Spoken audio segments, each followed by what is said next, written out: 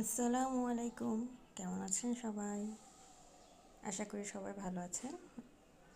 আর আজকে শুক্রবার, জুম্মার দিন। তো শুক্রবার দিনটা আমার খুবই ভালো লাগে। আজকে রান্না করা হয়েছে করলা ভাজি আর মুরগির গোস্ত। আর করলা ভাজি আমার খুবই ভালো লাগে। আজকের করলা ভাজিটা একটু তিতা হয়নি, মানে পুরাই অন্যরকম হয়েছে। অন্যবার যেমন একটু হলেও তিতা হয়, কিন্তু আজকেরটা দেখলাম একটু তিতা হয়নি, খুব মজা লেগেছে। আর আমার করলা ভাজি খুবই পছন্দের। এখানে রান্না করা হয়েছে আম ডাল আলু দিয়ে, টক করে রান্না করা হয়েছে। খুব মজা হয়েছে আম ডালটা। তো আজকে টক, তিতা, ঝাল তিনটাই খাওয়া হলো। আর মুরগির গোস্তটা একটু ঝাল করে রান্না করা হয়েছে। এই তো ভাত নিয়ে নিলাম খাওয়ার জন্য।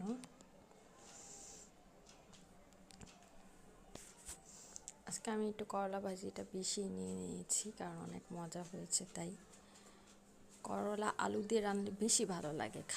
অনেকে খালি ভাজি করে, এটা হচ্ছে আমার মনে হয় আলু দিয়ে রান্না করলে বেশি সুস্বাদু।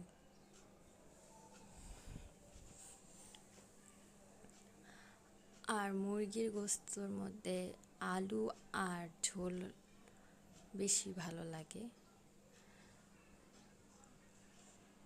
ঝোল না হলে আসলে মনে হয় যে খেতে ভালো লাগে না। আপনারা কারা কারা ঝোল খেতে পছন্দ করেন জানাবেন কমেন্টসে। জুম্মার দিন, দোয়া কবুলের দিন। সবাই বেশি বেশি দোয়া করবেন, ভালো থাকবেন, সুস্থ থাকবেন। আমার ভিডিওটা যারা নতুন দেখছেন সাবস্ক্রাইব করে দিবেন। যদি ভিডিওটা ভালো লেগে থাকে আমার চ্যানেলের পাশে থাকবেন।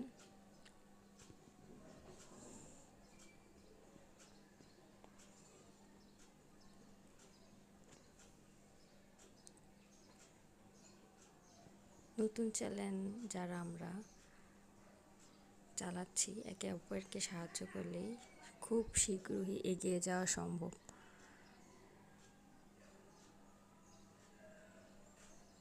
সবাই ভালো থাকেন এই দোয়াই করি। আল্লাহ হাফেজ। আসসালামু আলাইকুম।